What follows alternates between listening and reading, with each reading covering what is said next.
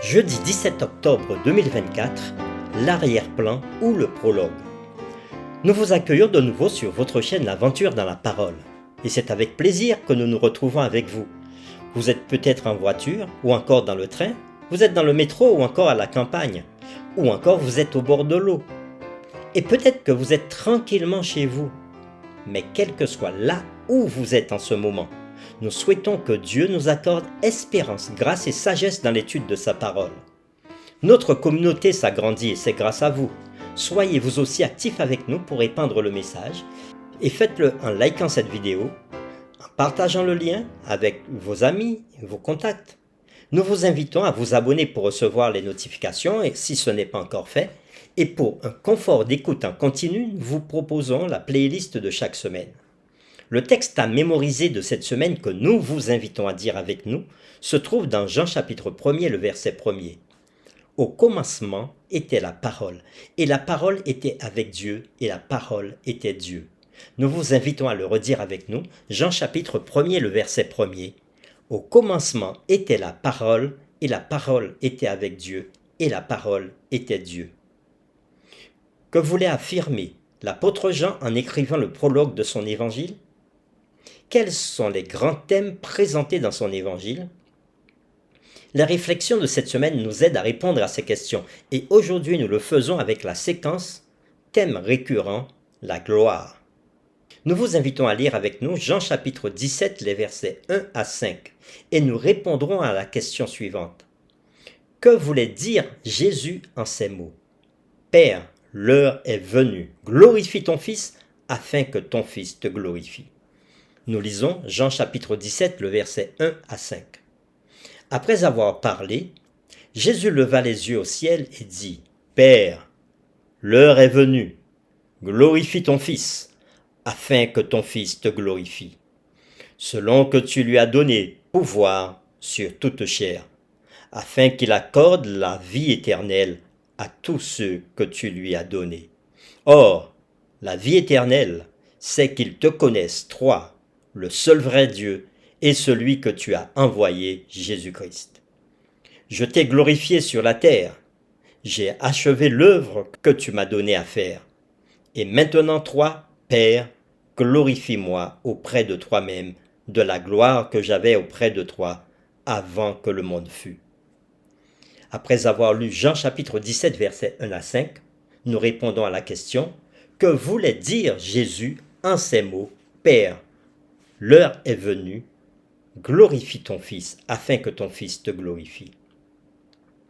L'étude d'hier s'était penchée sur la perspective terrestre et humaine de l'évangile de Jean, avec ses conflits et ses interactions entre les gens, tournant toujours autour de l'identité de Jésus et de ce qu'il fait.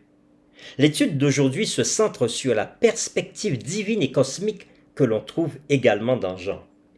Le prologue commence par cette perspective cosmique.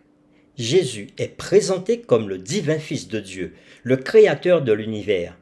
Encore une fois, tout ce qui n'existait pas, mais qui est venu à l'existence, ne l'a été que par Jésus.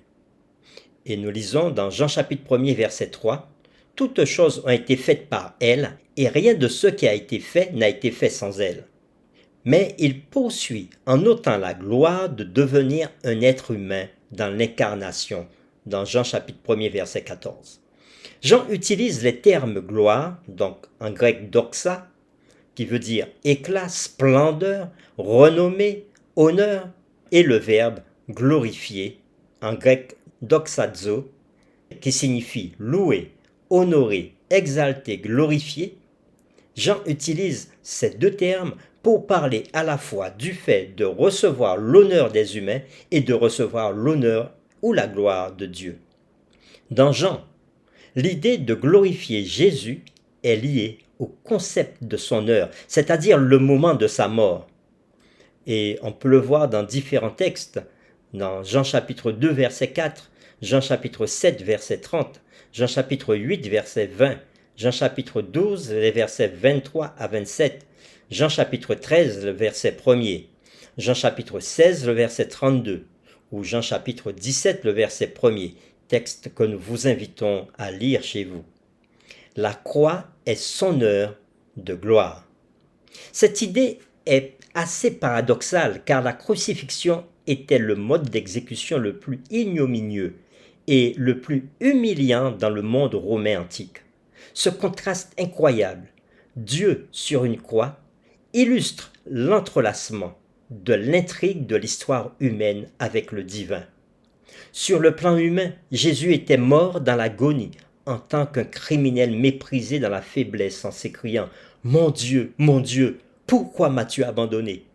Ce côté humain et obscur de la croix est particulièrement présenté dans Matthieu et dans Marc, tel que nous l'avons vu le trimestre dernier dans Marc chapitre 15 verset 34 et on peut le voir aussi dans Matthieu chapitre 27 le verset 46. Mais le côté glorieux de la croix est particulièrement présenté dans Jean et Luc. Luc chapitre 23 versets 32 à 47 ou encore dans Jean chapitre 19 versets 25 à 30. C'est un lieu de salut, de miséricorde, où le Fils de Dieu se donne à son Père. Quelle ironie! La plus grande gloire de Dieu se révèle dans sa plus grande ignominie, porter en lui-même les péchés du monde. Pour terminer, réfléchissons à cette question.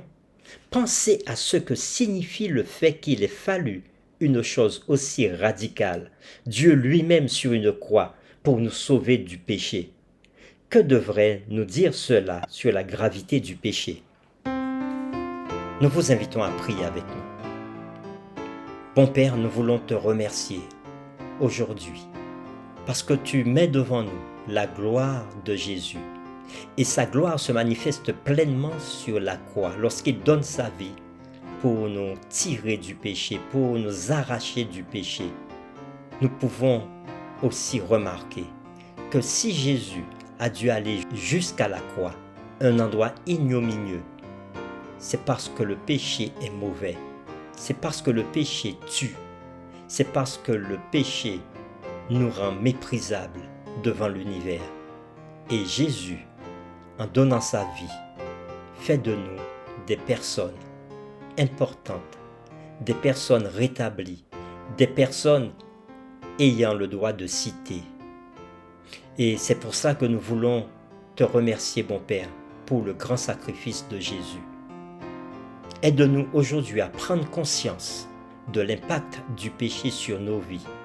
Aide-nous aujourd'hui à prendre conscience de cette vie dans le monde dans lequel nous vivons, afin de comprendre l'intérêt pour nous de saisir Jésus comme Seigneur et Sauveur de notre vie. Oui Seigneur, bénis-nous en ce jour.